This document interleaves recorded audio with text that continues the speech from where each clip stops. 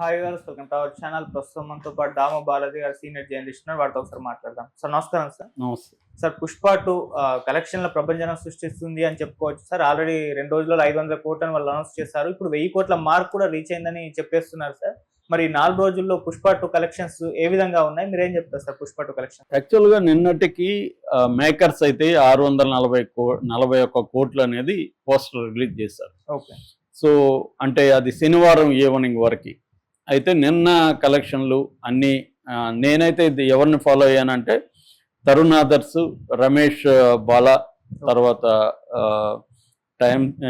India Today, Times of India వీళ్ళ సైట్లని follow అయ్యాను. అంటే ట్రేడ్ అనలిస్టులు వీళ్ళు ఈ సినిమానే కాదు ఎవరి సినిమాకి అక్యురేట్గా వాళ్ళు చెప్తుంటారు అనమాట. సో వాళ్ళది ఫాలో అయ్యాను. దాని ప్రకారం నిన్న సండే ఈవినింగ్కి ఇంకా మేకర్స్ అయితే అఫిషియల్ అనౌన్స్మెంట్ లేదు, కానీ వీళ్ళ ప్రకారం అయితే ఇప్పటికి 4 రోజుల కలెక్షన్ 870 కోట్లు అనేది వాళ్ళు చెప్తున్నారు. ఇంకా అక్యురేట్గా మేకర్స్ ఎంత అనౌన్స్ చేస్తారనేది చూడాలి. అంటే నిన్న సండే ఈవినింగ్కి నైట్కి 870 కోట్లు అని చెప్తున్నారు. సో అంటే ఇంకా రేపు ఎల్లుండి అంటే ఈరోజు మండే, ట్యూస్డే ఎండ్కి, అంటే ఇది ఎప్పుడు థర్స్డే రిలీజ్ అయింది, థర్స్డే లోపలనే 1000 కోట్లు, అంటే 1 వీక్ లోపలనే రిలీజ్ అయిన 1 వీక్ లోపలనే 1000 కోట్ల మార్క్ అయితే ఈజీగా దాటేస్తుంది. ఎందుకంటే మనకి ముందే చెప్పారు మేకర్స్, ఇది pre release business, theatre come detail business మొత్తంగా కలిపి 1060 కోట్లు అనేది వాళ్ళు చెప్పారు. అది ఆల్రెడీ మనం ఆ టాపిక్ చెప్పుకున్నాం. సో ఇప్పుడు థియేట్రికల్ బిజినెస్ ఆల్రెడీ కొన్న వాళ్ళకి అందరూ సేఫ్ అయిపోయారు. సో ఇంకొచ్చేవన్నీ కూడా కొన్న వాళ్ళకి కూడా ప్రాఫిట్లోకి వెళ్తుంది అనేది ఒక అంచనా. ఇంకా మేకర్స్కి అయితే ఆల్రెడీ ప్రాఫిట్స్ వచ్చేసాయి, ఎందుకంటే వాళ్ళు ప్రీ థియేటర్కల్ బిజినెస్ అయిపోయింది. వాళ్ళు ఖర్చు అయింది అంత 400 నుంచి 500 కోట్ల లోపల దీనికి బడ్జెట్ పెట్టారు. అంటే అల్లు అర్జున్కి 300 కోట్లు ఇచ్చారు. మిగతా టీంకి అంతా కలిపిన ఒక ప్రొడక్షన్ కాస్ట్ అంతా వేసుకున్న ఒక 150, సో 450 నుంచి 500 crores లోపల బడ్జెట్ అయి ఉంటుంది. పబ్లిసిటీ అన్ని కలుపుకున్న 500 దాటే ప్రసక్తి లేదు. కానీ ఆల్రెడీ వాళ్ళకి 1000 కోట్ల బిజినెస్ అయిపోయింది. దాదాపు 400 కోట్ల ప్రాఫిట్లోనే మేకర్స్ ఉన్నారు. కాబట్టి ఇది ఒక ప్రాఫిటబుల్ వెంచర్ అని చెప్పొచ్చు. అట్లాగే చూసిన వాళ్ళకి కూడా ప్రేక్షకులు కూడా ఎవరో కొంతమంది తప్ప మెజారిటీ పీపుల్ ఈ సినిమాని ఎంజాయ్ చేస్తామని చెప్తున్నారు తప్ప ఎవరు కూడా మా డబ్బులు వృధా అయిందని ఏమి బాధపడట్లేదు. ఎవరో కొంతమంది రెగ్యులర్గా వాళ్ళు ఏంటంటే డిఫరెంట్ సినిమా, మలయాళం సినిమా చూసేవాళ్ళు పొరపాటున దీనికి వెళ్ళి వాళ్ళు అప్సెట్ అయి ఉండొచ్చు. ఎందుకంటే మలయాళ సినిమాలు వేరు, ఇది వేరు. ఇది ఉద్దేశించబడిన ఇంటెండెడ్ ఆడియన్స్ వేరు.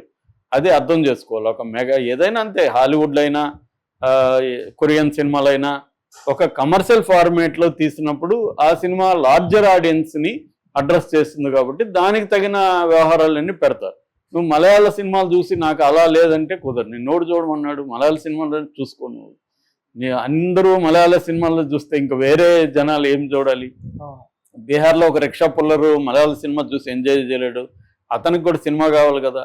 కాబట్టి ఇది ఏంటంటే ఇది వేరు వేరు జానరాస్, వేరు వేరు ఫార్మేట్స్, వేరు వేరు ప్రాజెక్ట్స్. కాబట్టి దీన్ని కంపేర్ చేయకూడదు. ఫస్ట్ రాంగ్ అది. అలా కొంతమంది చేస్తున్నారు.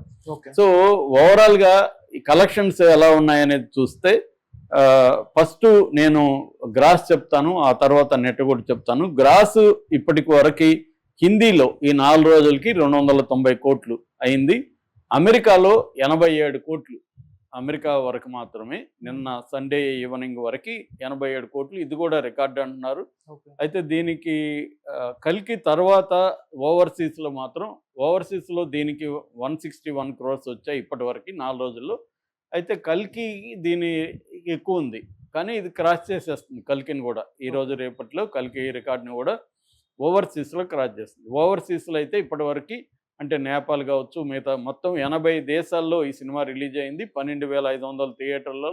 మొదటి రోజు 55,000 షోలు పడ్డాయి. కాబట్టి 80 దేశాల్లో కలిపి కలెక్షన్లు 161 కోట్లు 4 రోజులకి.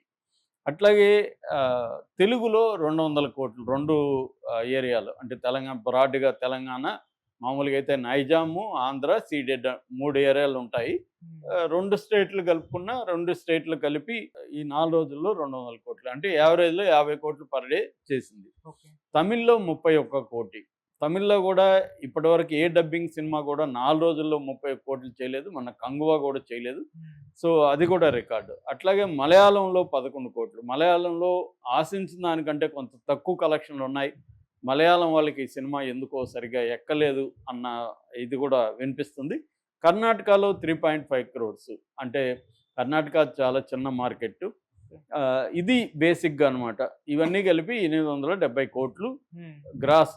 ఇక నెట్ విషయానికి వస్తే డే 1లో నేను ఏరియా 1, 2, 3, 4 చెప్తాను. డే 1లో 164 కోట్లు నెట్ వస్తే టోటల్ వరల్డ్ వైడ్. డే 2లో 93 కోట్లు వచ్చింది. డే 3లో 119 కోట్లు వచ్చింది. డే 4లో నిన్న సండే మాత్రమే 140 కోట్లు, అంటే ఫస్ట్ డే హైయెస్ట్. గురువారం 164 కోట్లు హైయెస్ట్. దాని తర్వాత డౌన్ అయింది. సాటర్డే కాదు, ఫ్రైడే డౌన్ అయింది. ఫ్రైడే 93కి పడిపోయింది. తర్వాత కొద్దిగా పెరిగింది సాటర్డే 119 కోట్లు సాటర్డే. సండే 141, సండే మళ్ళీ పెరిగింది 140 కోట్లు. ఓవరాల్గా నెట్ మాత్రమే తీసుకుంటే 529 కోట్లు. గ్రాసు నెట్కి తేడా ఏంటంటే గ్రాసు అంటే మొత్తం ఓవరాల్ కలెక్షన్లు, నెట్ అంటే డిస్ట్రిబ్యూటర్లు, థియేటరు వీళ్ళకి అందరికి ఖర్చులు ఇవంతా పోగా నెట్గా ప్రొడ్యూసర్కి మిగిలేది ఈ 4 రోజుల్లోనే 529 కోట్లు థియేట్రికల్ రిలీజ్లోనే వాళ్ళకి మిగిలాయి. సో ఇది రికార్డ్ అని చెప్పచ్చు.